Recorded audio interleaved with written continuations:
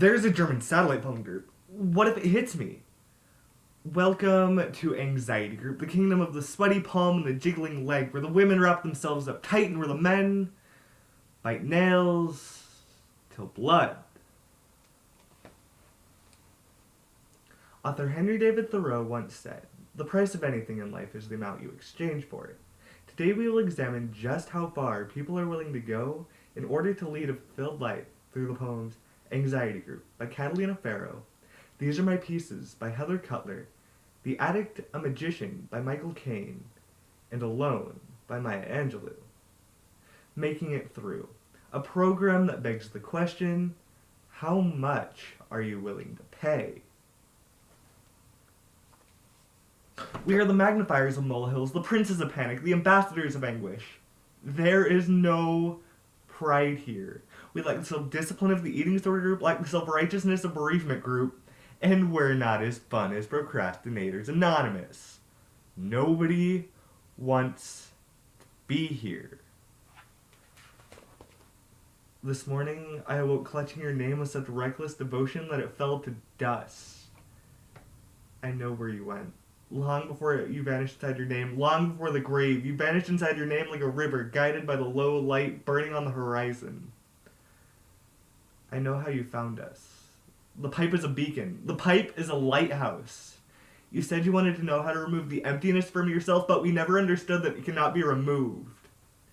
It is not a pulsing seed in the gut or a peach pit run into the mud. We weren't drug addicts.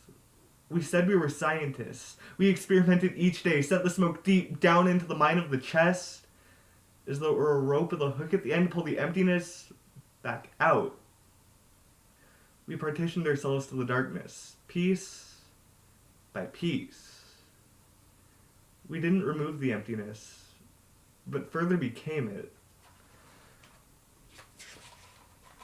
Lying, thinking, last night, how to find myself a home where water is not thirsty and bread loaf is not stone. I came up with one thing, and I don't believe I'm wrong, that nobody can make it out here alone.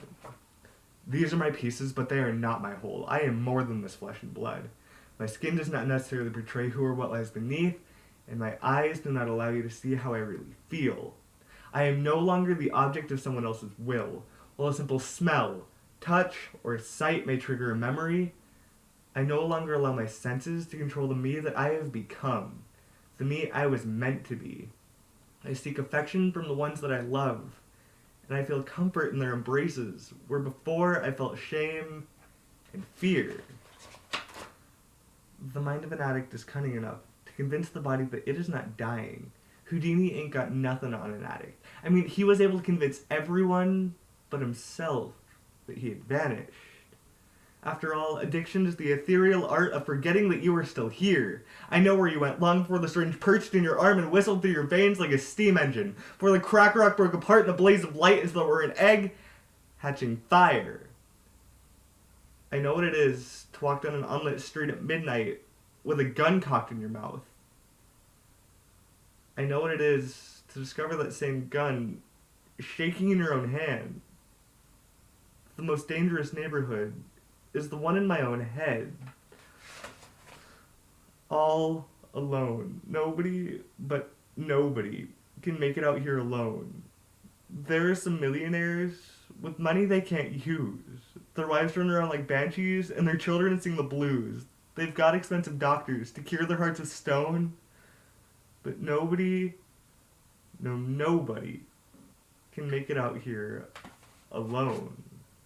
While all of these pieces built together may seem disjointed, they're the me that I was meant to be, the me I am supposed to be. I am a collage of many pieces. Separately, the picture alone has no meaning or significant worth. But together, they form a beautiful and distinct image better than its original piece. This is a game of maths. A Rorschach test of the mind, of the mind, if you will. Question, what do you see? Anything I want.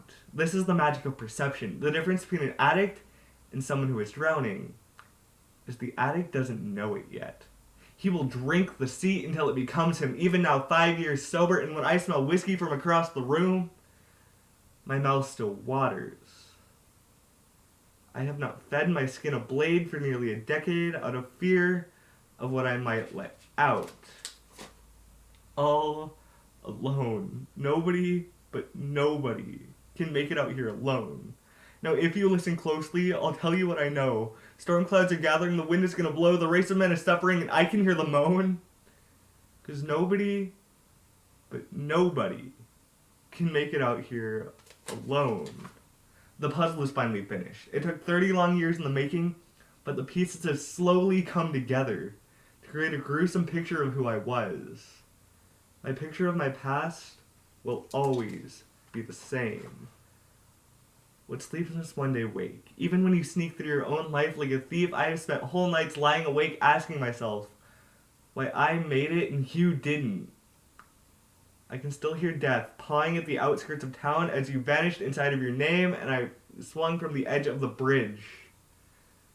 There were days I couldn't go 2 steps without somebody asking me if I wanted some of that good stuff. There were days I went as far as to hold a bottle in my hand but couldn't bring myself to drink because your name was stuck in my throat like a stone.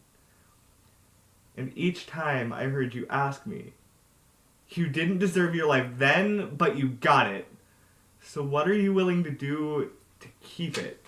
So give me you're tired, you're poor, you're anxious, you're huddled masses yearning to breathe deeply and count to 10.